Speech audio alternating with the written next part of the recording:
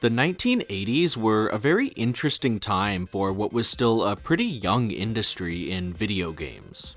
In '83, after years of increasing oversaturation and a rise in the amount of low-quality shovelware, the North American market was completely decimated by the worst crash in the history of the industry. Home console gaming didn't recover for over 2 years, and it also ended the true golden era of arcades. Demand got so low that companies were burying hundreds of thousands of cartridges in secret landfills out in the desert because they were actively worth negative money with the shelf space that they were taking up and no one buying them. But in Japan, on the other hand, competition in the home gaming market was actually starting to grow. With the fall of Atari in America, this was where Japanese companies started their ascent to becoming the superpowers in the video game space that they are today. They were putting out dedicated machines like the Famicom, which was released in the same year as the North America crash. It would go on to be better known as the Nintendo Entertainment System and be so successful that grandparents for 30 years would call every game ever made a Nintendo. This era also lined up with the rise in adoption of home computers, and these companies saw this and started designing games specifically for these machines that more and more people were already having in their homes. One of the most popular architectures in the Japanese market was the Microsoft-supported MSX. Konami, well respected at the time for their arcade machines, was one of the companies to make that pivot.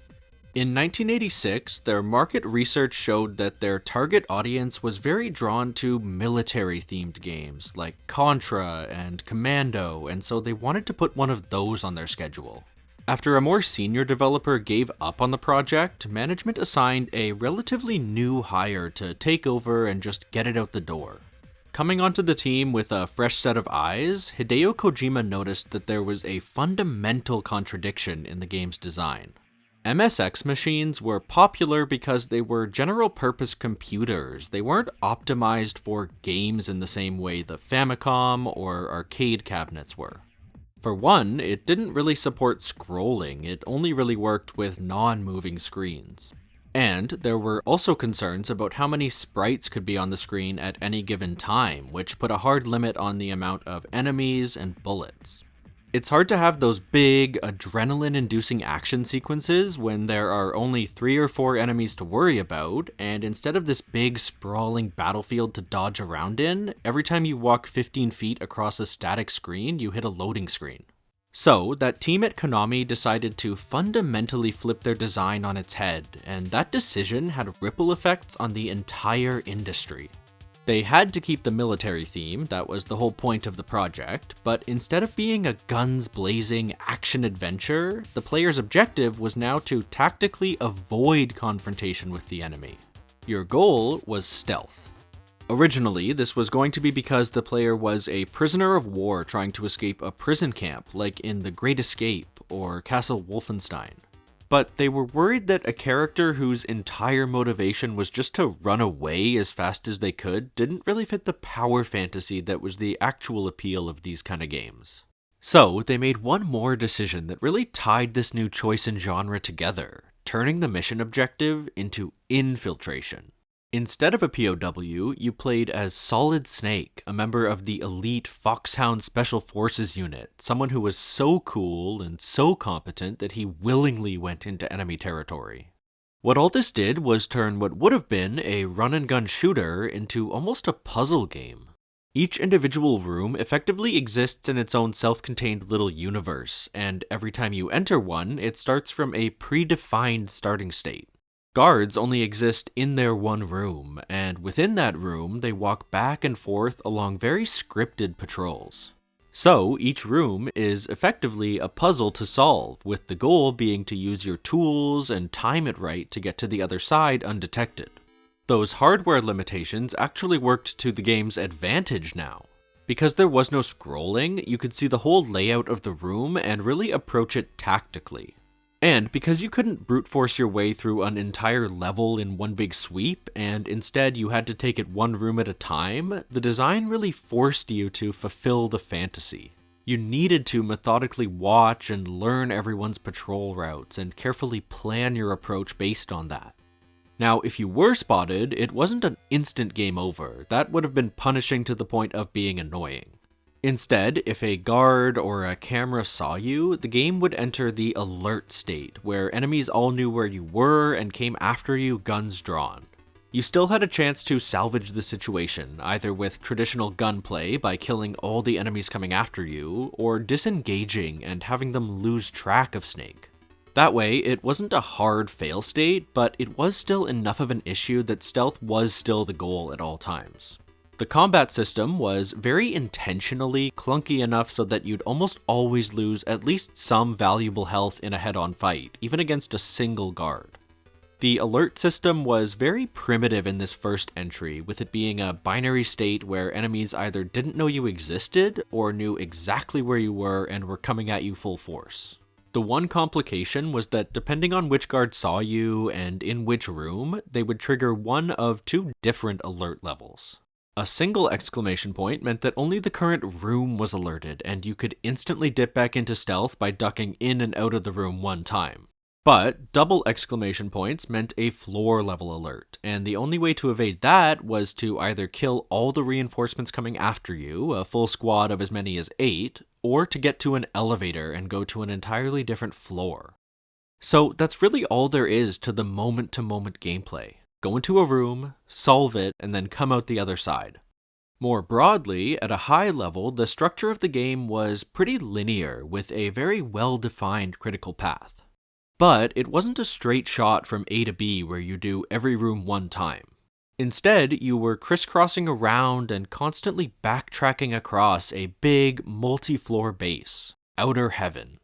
In that pretty overwhelming space, the player was kept on that critical path by the locked security doors that connected each room. The space that was actually initially available to you was really limited until you found your first keycard. That let you open some doors, and in those new areas, you'd find the second card, and so on. That way, the space was gradually opening up to you over time, which let you get your bearings and slowly build up a mental map of the base.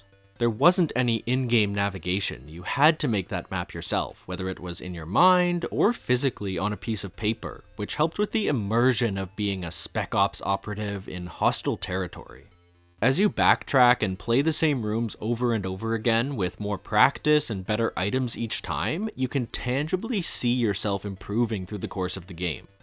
There were 8 cards in total, and also some more abstract progression blockers, like a windy roof that you can't move around on until you find a bomb suit, or a uniform inspection checkpoint that you have to go find some enemy clothes for. The original Metroid came out the year before, and this shares a bit of that DNA, where you're finding new items that expand your skill set and let you open new doors that you had to skip past before. It's definitely a lot less free-form than Metroid was, though. You're intentionally a lot more guided in your exploration. Besides the cards and the other one-use items that were just for single progression blockers, like the parachute and the oxygen tank and the compass, there were other items that more so became part of your basic utility for navigating the base. Things like the IR goggles that let you see invisible lasers that would have triggered an alarm, or the silencer that lets you use your pistol without anyone hearing. Or, of course, there was the iconic box. As good as it is in every other entry in the series, that's all a downgrade from how insanely overpowered it is here.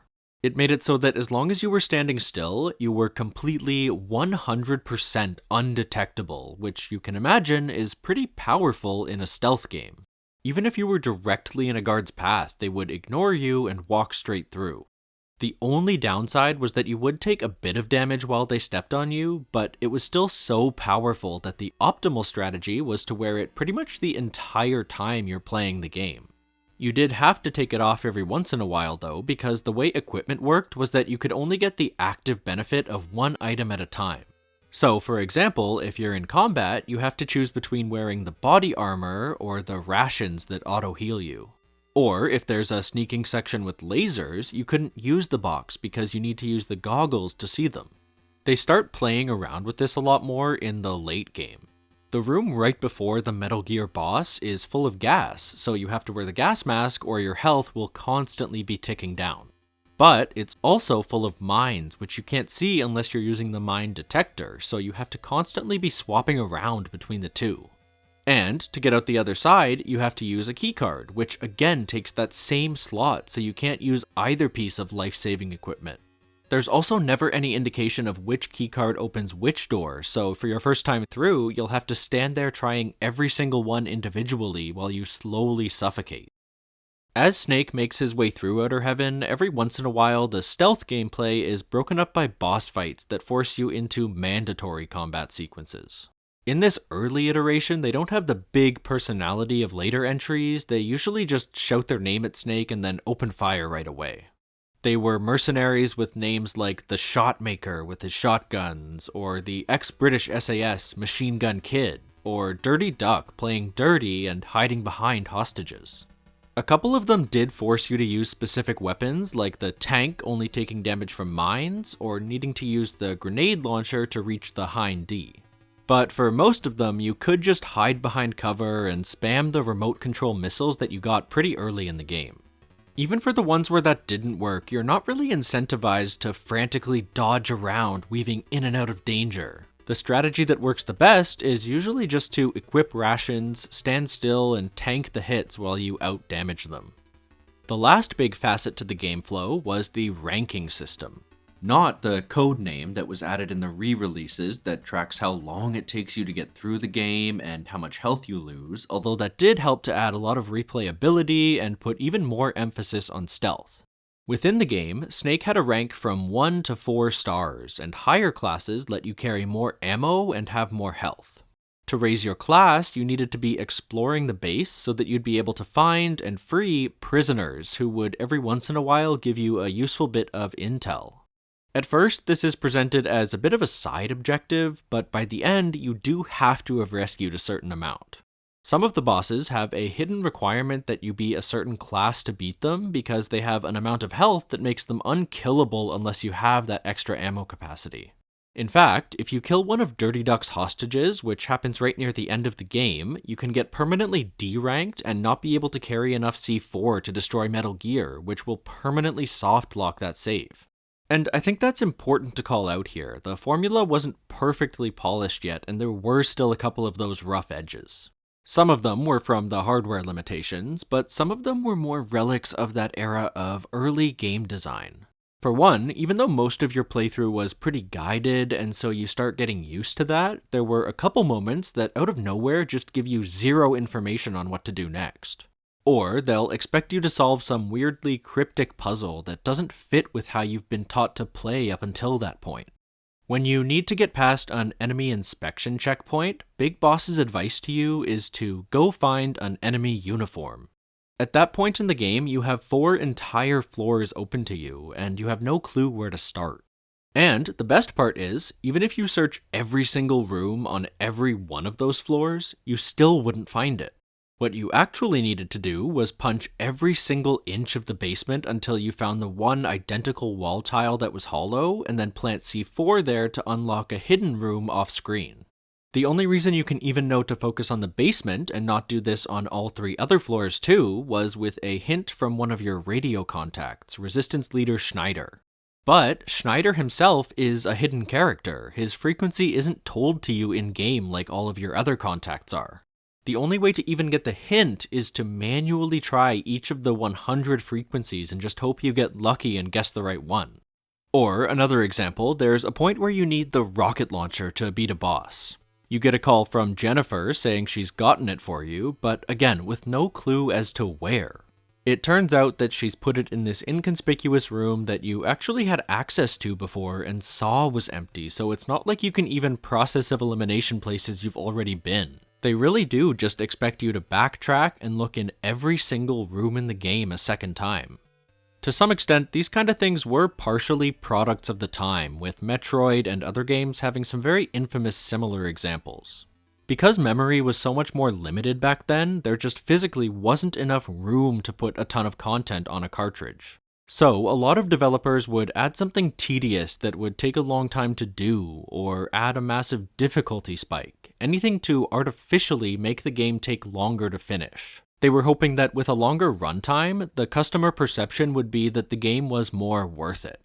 There are only 2 or 3 really bad examples here, and most of the time the action actually flows pretty smoothly, so I think it's forgivable, but it is something that wouldn't be in the game if it was being made today. The checkpoint system is the other thing that's really frustrating in how primitive it feels. Your progress is only saved when you step into an elevator, so you can do a bunch of things on a single floor, exploring new areas and getting new items, but if you die or trigger an alert without ducking into an elevator beforehand, you can instantly lose all of that progress. That would be fine for a more straight-up action game, where the goal is just to survive, but remember, it's essentially a puzzle game, so that means that you solve the puzzle on your first time through. But then, if you fail a more technical challenge later on, you have to do the rote work of that puzzle over and over again, even though you've already solved it and you're just going through the motions. To even it out somewhat, some of those rough edges were actually to the player's advantage. The line of sight on the enemies was literally a line. Instead of a vision cone to represent a more human field of view, guards would only notice you if you crossed directly in front of their eye line, so you could pull off some pretty unrealistic sneaking right alongside them. Also, because of that concept of rooms being totally self-contained and not saving state, you had a functionally unlimited supply of all consumables like rations and ammo. The game doesn't store that you've picked an item up after you leave the room, so you can just keep going out and then back in and picking the same one up over and over again, and always have the max going into every encounter. But even with all of its innovation in the genre of stealth games, what the Metal Gear series is actually known for is its crazy, convoluted, theme-heavy story. So it's kind of quaint to go back to this first entry because there's basically none of that here. The premise is as simple and flimsy as any other action game from the time, with Snake being part of a special forces unit that hears that some evil nation-state is building some kind of super weapon. So you go in, save some hostages, beat the bad guys, and destroy Metal Gear. The game did come out during the Cold War, so to be fair, you can feel that influence, with the core theme of the series of the threat of nuclear weapons starting right here at the beginning. And there are at least some early hints of that signature Kojima style. The big twist is that your commander, Big Boss, who's been helping you through most of the game, turns out to be the secret leader of Outer Heaven. At one point, in desperation, he stops talking to Snake and gives you, the player, an order to turn your console off, which was the kind of fourth wall break that would be fully explored in Metal Gear Solid 2. And the writing throughout the game still has that trademark sense of humor. Even though it uses military espionage as a setting, the series was never intended to be just a gritty, dark, serious experience. They always liked to play around with the fact that this was a game, and it was supposed to be fun at the end of the day. There are narcoleptic guards that fall asleep right in the middle of their patrol, or after you rescue Ellen, you have to run across a dangerous gauntlet of insta-kill pit traps. After you finish it, probably after many attempts, Diane calls you with almost perfect comedic timing to tell you to watch out for traps ahead. What Metal Gear did was not invent the whole stealth genre all by itself whole cloth. A lot of the different underlying mechanics had been building individually over time. In Rogue, you could progress without killing enemies, and in Castle Wolfenstein, getting caught by guards was a fail state. By some definitions, you could even call Pac-Man a stealth game. You had to complete a goal while avoiding enemies that had programmed pathing. What Metal Gear did was bring all those disparate elements together and package them up in something that felt cinematic and fully realized. It was one of the first that you can look back on today and see that it was more than just a proof of concept of a single mechanic.